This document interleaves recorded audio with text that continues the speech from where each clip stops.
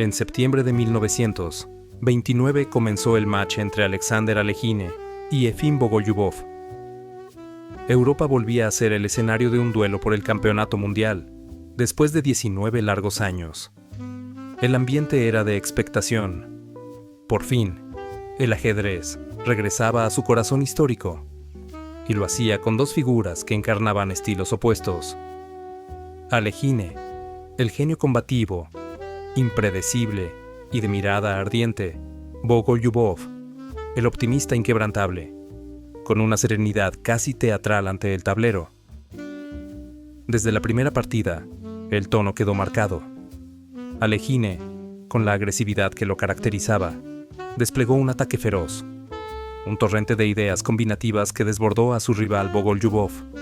Por su parte, manejó mal la apertura, y eso fue suficiente para que el campeón del mundo tomara el control.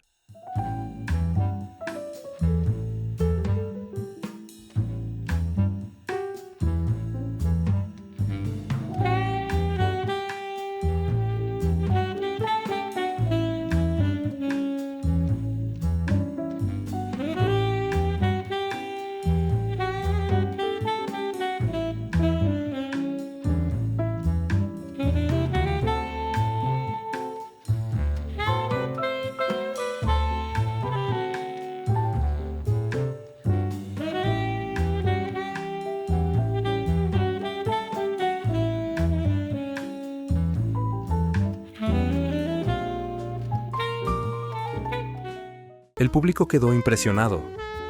La lucha no había hecho más que empezar, pero ya se intuía la distancia entre ambos. Como muchos comentarían más tarde, Capablanca no habría caído de esa manera. Tras ese comienzo demoledor, el match encontró un breve equilibrio.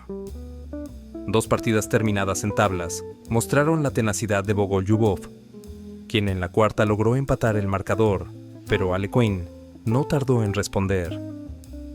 En la quinta partida, demostró su maestría en los finales clásicos, un duelo de alfiles del mismo color, donde el suyo brillaba libre, mientras el de su rival quedaba ahogado por sus propios peones. Fue una lección magistral, en una época en la que muchos jugadores aún no comprendían del todo el concepto del alfil malo.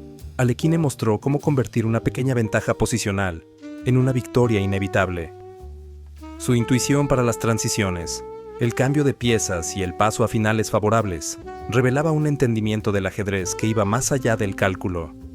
Era la visión de un artista. Sin embargo, también era humano. En ocasiones, su exceso de confianza o su búsqueda del golpe estético le hacían cometer imprecisiones. Pero esta vez no.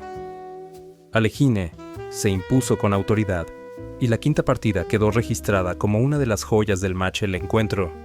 Sin embargo, estuvo lejos de ser un paseo militar. Bogolyubov demostró que su optimismo no era infundado. En la sexta partida volvió a igualar el marcador, y en la séptima tuvo incluso una posición ventajosa. Alekhine jugó de forma arriesgada, buscando desequilibrar la balanza, pero un error terrible en la jugada 20 le costó la partida. Esa derrota, más psicológica que táctica, mostró que el match podía tomar cualquier rumbo. El maestro alemán, Adolf Kramer, testigo del enfrentamiento, dejó un retrato inolvidable de ambos contendientes. Alekhine y Bogolyubov son buenos amigos, escribió, pero también conocen a fondo las debilidades del otro.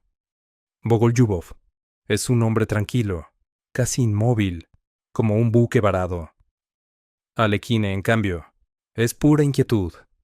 Tamborilea con los dedos, mueve las piernas, y su mirada no deja reposar al tablero. En una de las partidas, el campeón se irritó por una música que se colaba desde una sala contigua. Pidió cambiar la mesa de lugar, y de inmediato, todos obedecieron. Los deseos de Alekhine son ley, escribió Kramer esa escena, con el campeón avanzando entre el público con paso rápido y mirada encendida. Contrasta con la calma de su oponente, que rara vez se levantaba de su silla y respondía con amabilidad incluso a las preguntas de los curiosos. El match avanzó, y tras 8 partidas el marcador mostraba 5-3 a favor del campeón. Llegó entonces un descanso inusual, 2 semanas completas. Alekhine aprovechó ese tiempo para asistir, en calidad de delegado por Francia, al 6º Congreso de la FIDE en Venecia. Luego regresó, no a Wiesbaden, sino a Heidelberg, donde continuó la lucha. El itinerario del campeonato era agotador. Distintas ciudades, incluso distintos países, pero era la única manera de financiar un evento de tal magnitud. Tras el descanso, Alekhine se mostró nuevamente imparable. Ganó la 10ª partida, y luego la 12ª, en Berlín, donde el presidente del comité organizador era nada menos que Emanuel Lasker. El marcador subió a 6-2 para el campeón. Si se hubieran aplicado las antiguas reglas de Londres, el match ya habría terminado. Pero bajo las nuevas condiciones, se necesitaban 8 victorias y 15 puntos. Bogolyubov, fiel a su espíritu, no se rindió. Ganó la 13ª y la 14ª partidas entre los aplausos del público, y en la 15ª puso en serios apuros a Alekhine, que solo consiguió salvar medio punto en un final dramático. El maestro Seitz también dejó sus impresiones sobre aquella batalla mental.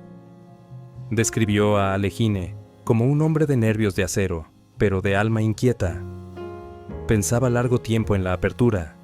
Se levantaba, caminaba por la sala, observaba el tablero mural y volvía a su mesa como si acabara de descubrir un nuevo secreto. Había dejado de fumar, decía Seitz, mientras que Bogolyubov, por el contrario, no soltaba sus habanos. Era la imagen perfecta de 2 filosofías enfrentadas. La tensión contenida frente a la calma exterior. En la fase final del encuentro, Alekhine logró controlar el rumbo del match. Con frialdad y experiencia, ganó 5 partidas más, 2 en Berlín y 3 en Holanda. El círculo se cerró simbólicamente en Wiesbaden, donde las 2 últimas partidas, la 24ª y la 25ª, terminaron en tablas. El resultado final confirmó lo que el mundo del ajedrez intuía. Alekhine seguía siendo el dueño absoluto del trono. El match de 1929 no tuvo la pureza técnica del de Buenos Aires, pero sí mostró algo más profundo.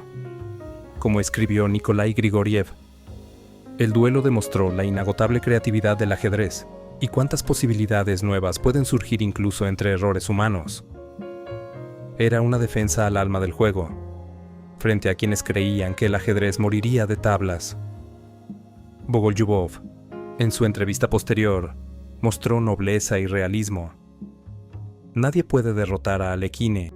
En un match Nimzovich no tiene ninguna posibilidad, y le aconsejaría a Capablanca que no pida la revancha, porque perdería su halo. Son palabras que hoy suenan casi proféticas. Pero el propio Bogolyubov, con una sonrisa, añadió: «Seguiré sus victorias durante los próximos años y volveré a desafiarlo».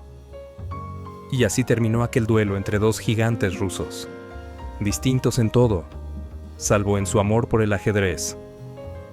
Alekhine, el artista incansable, reforzó su legado como uno de los campeones más creativos de la historia. Bogolyubov, el eterno optimista, dejó la huella de su resistencia y su fe.